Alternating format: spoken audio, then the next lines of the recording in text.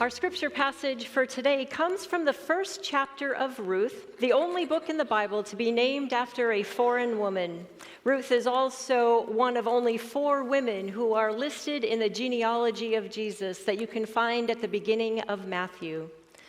The book of Ruth opens with a crisis: famine, displacement, barrenness, and death.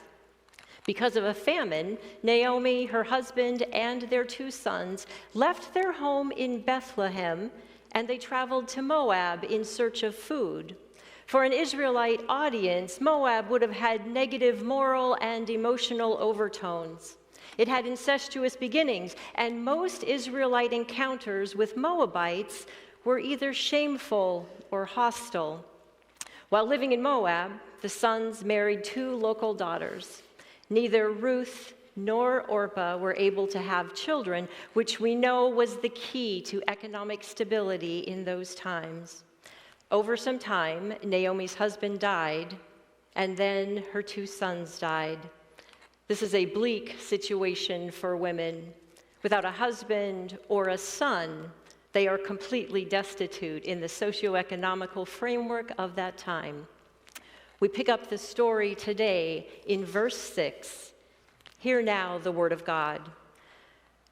Then Naomi started to return with her daughters-in-law from the country of Moab, for she had heard in the country of Moab that the Lord had considered his people and given them food. So she set out from the place where she had been living, she and her 2 daughters-in-law, and they went on their way to go back to the land of Judah. But Naomi said to her 2 daughters-in-law, "Go back, each of you, to your mother's house. May the Lord deal kindly with you, as you have dealt with the dead and with me. The Lord grant that you may find security, each of you, in the house of your husband." Then Naomi kissed them, and they wept aloud. They said to her, "No, we will return with you to your people." But Naomi said, "Turn back, my daughters. Why will you go with me? Do I still have sons in my womb that they may become your husbands? Turn back, my daughters. Go your way, for I am too old to have a husband. Even if I thought there was hope for me, even if I should have a husband tonight and bear sons, would you then wait until they were grown? Would you then refrain from marrying? No, my daughters, it has been far more better for me than for you, because the hand of the Lord has turned against me." Then they wept aloud again. Orpah kissed her mother-in-law, but Ruth clung to her. So Naomi said, "See, your sister-in-law has gone back to her people and to her gods. Return after your sister-in-law." But Ruth said, "Do not press me to leave you or to turn back from following you. Where you go, I will go. Where you lodge, I will lodge. Your people shall be my people, and your God my God. Where you die, I will die. There I will be buried. And may the Lord do thus and so to me, and more as well, if even death parts me from you." When Naomi saw that she was determined to go with her, she said no more. The second scripture passage comes from the Gospel of Mark, chapter 12, verses 28 through 31. One of the scribes came near and heard them disputing with one another, and seeing that Jesus answered them well, he asked Jesus, "Which commandment is the first of all?" Jesus answered, "The first is, 'Hear, O Israel, the Lord our God, the Lord is one. You shall love the Lord your God with all your heart, and with all your soul, and with all your mind, and with all your strength. The second is this: you shall love your neighbor as yourself. There is no commandment greater than these.'" This is the word of the Lord. Let us pray. Open our hearts and minds, O God, to the word just read and the words to come, that they might point to you, the Word made flesh, Jesus the Christ. Amen. "Rabbi, tell me why I should go on living."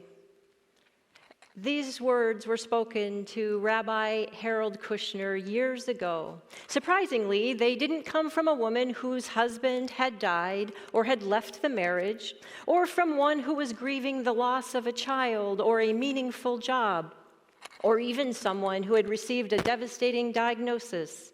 Rather, she was a woman in her 50s who felt as though she had already experienced all the nice things that life was going to happen to her, and she had nothing to look forward to. In other words, she sounded bored. What Naomi wouldn't do to trade places with this woman.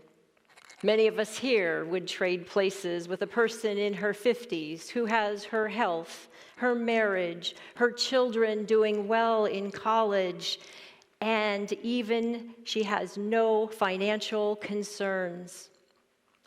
This isn't Naomi's story, and it's probably not your story either.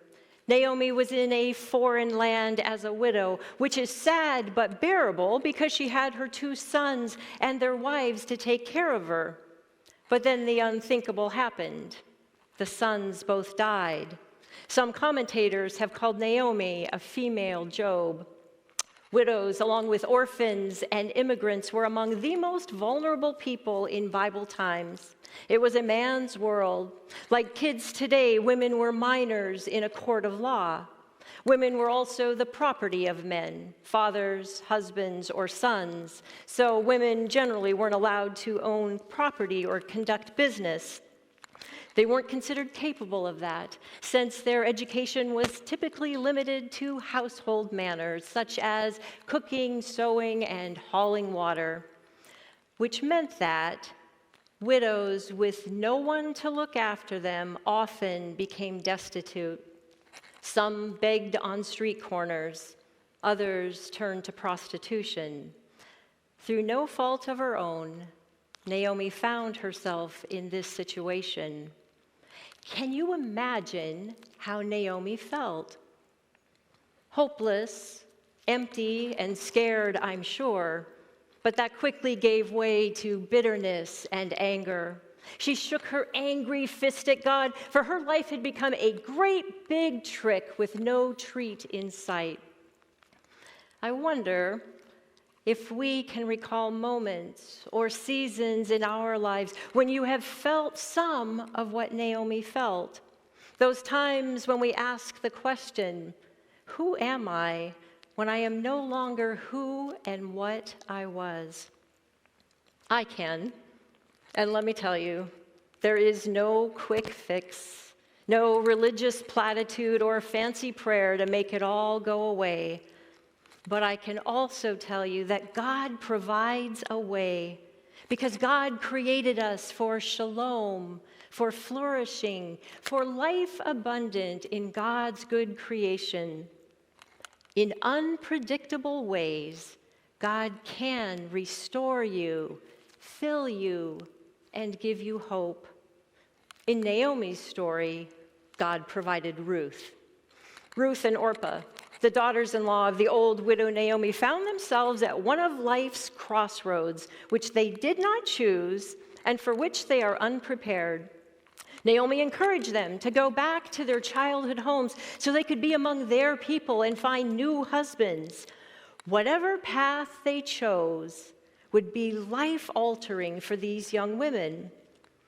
Life is made up of a series of life-defining moments, moments of loss, change, transformation, relationship, and survival. The way we deal with each of these moments determines who and what we really are, who and what we are intended to be, who and what we can become, both spiritually and socially. In an old Talmudic tale, a young fugitive was trying to hide from the enemy. The people from the small village were kind to him, and they offered him a place to stay. But when the soldiers came looking for the fugitive, they threatened to burn the village and kill every person in it, unless the man was handed over by dawn. Well, the rabbi withdrew to his room to read his Bible, hoping to find an answer for this grave situation. In the early morning, he read these words: "It is better that one man dies than that the whole people be lost." The rabbi closed his Bible, and he then told the soldiers where the boy was hidden. After the soldiers led the fugitive away to be killed, there was a feast in the village because the rabbi had saved the lives of all those people. But the rabbi did not celebrate. Overcome with a deep sadness, he remained in his room. That night, an angel came to him and said, "What have you done?" He said, "I handed over the fugitive to the enemy." The angel replied, "But don't you know that you've handed over the Messiah?" In anguish, the rabbi asked, "How could I know?" The angel said, "If, instead of reading your Bible, you had visited this young man just once and looked into his eyes, you would have known." Perhaps Ruth saw the face of God in Naomi, because a daughter-in-law was neither legally required nor customarily expected to remain with the mother of her deceased husband. Furthermore, as Moabites in the Jewish city of Bethlehem, race and religion would marginalize these young women forever.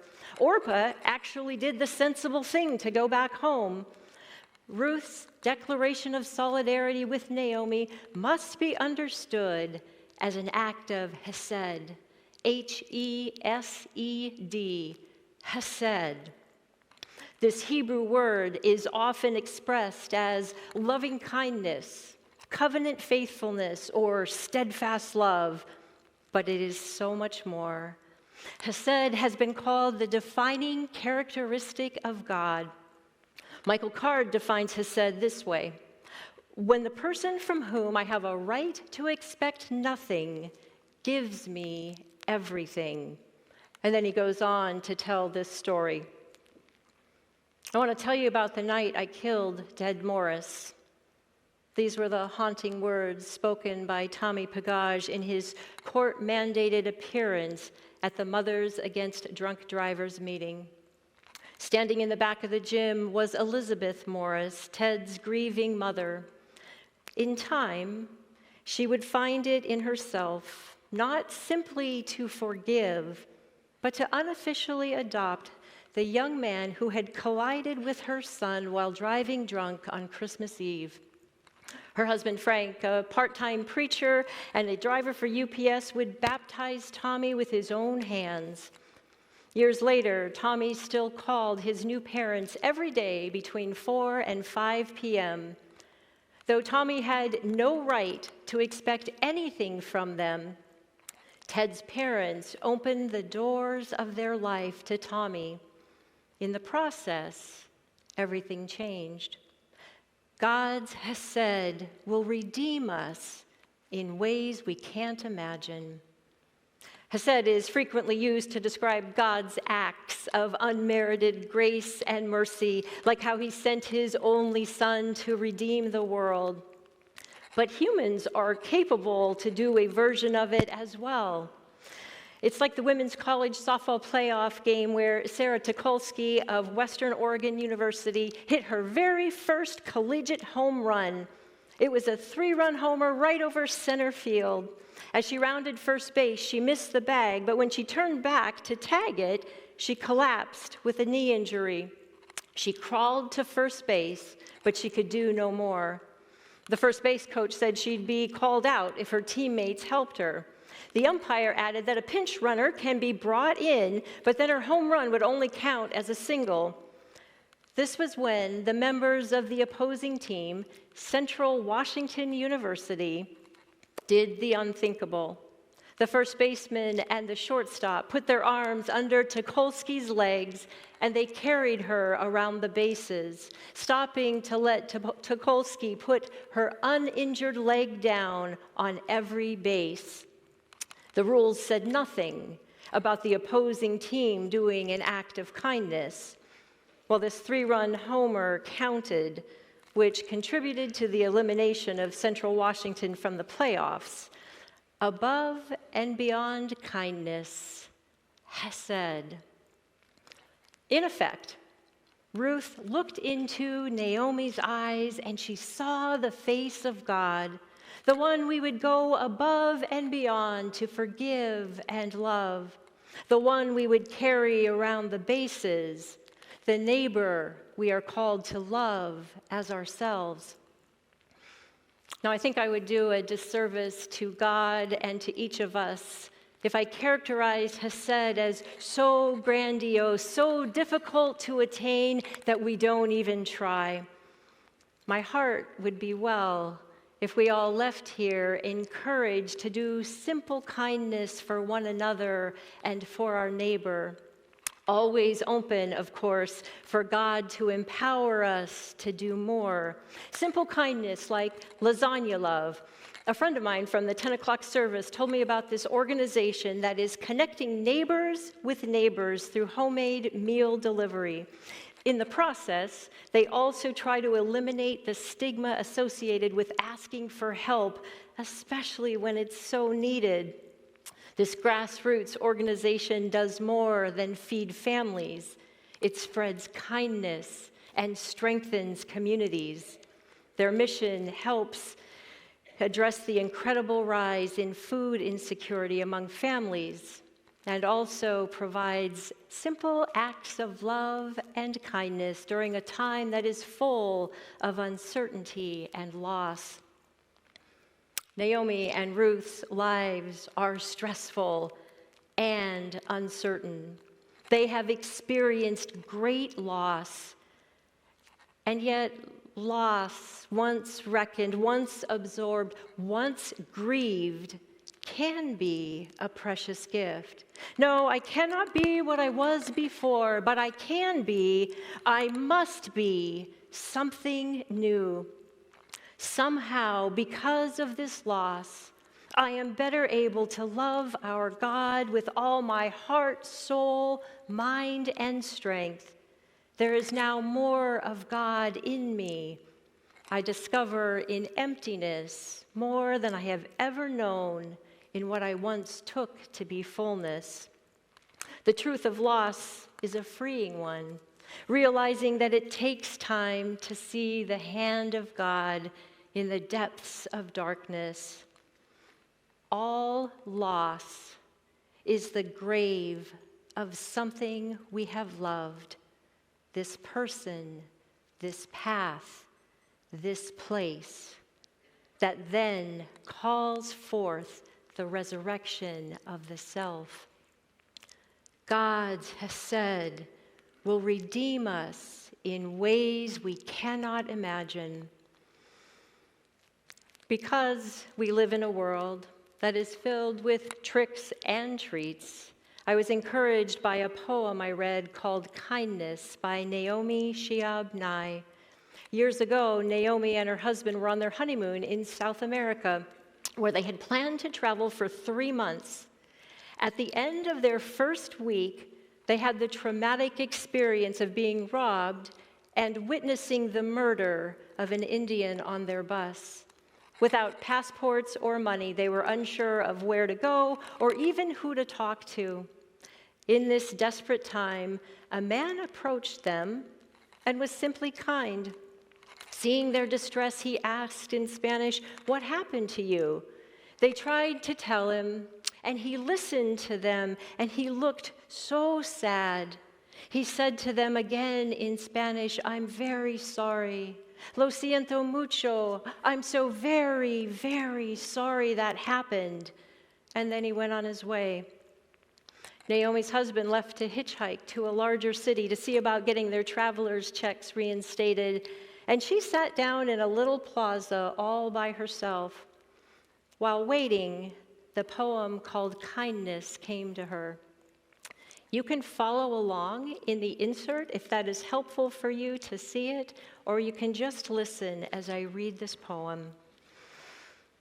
Before you know what kindness really is, you must lose things. Feel the future dissolve in a moment like salt in a weakened broth. What you held in your hand, what you counted and carefully saved, all this must go so you know how desolate the landscape can be. between the regions of kindness. How you ride and ride thinking the bus will never stop. The passengers eating maize and chicken will stare out the window forever. But before you learn the tender gravity of kindness, you must travel where the Indian in a white poncho lies dead on the side of the road. You must see how this could be you, how he too was someone who journeyed through the night with plans and the simple breath that kept him alive.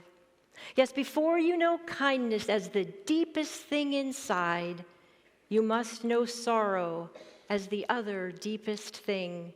You must wake up with sorrow. You must speak to it till your voice catches the thread of all sorrows and you see the size of the cloth. Then it is only kindness that makes sense anymore. Only kindness that ties your shoes and sends you out into the day to mail letters and purchase bread. Only kindness that raises its head from the crowd of the world to say, "It is I you have been looking for," and then goes with you everywhere like a shadow or a friend. Perhaps our scripture passage today has reminded us how we are sometimes like Naomi and how we ought to be like Ruth. But most of all, I hope we remember that God's Hesed will redeem us all in ways we cannot imagine. And sometimes God uses us to be the Hesed for someone else.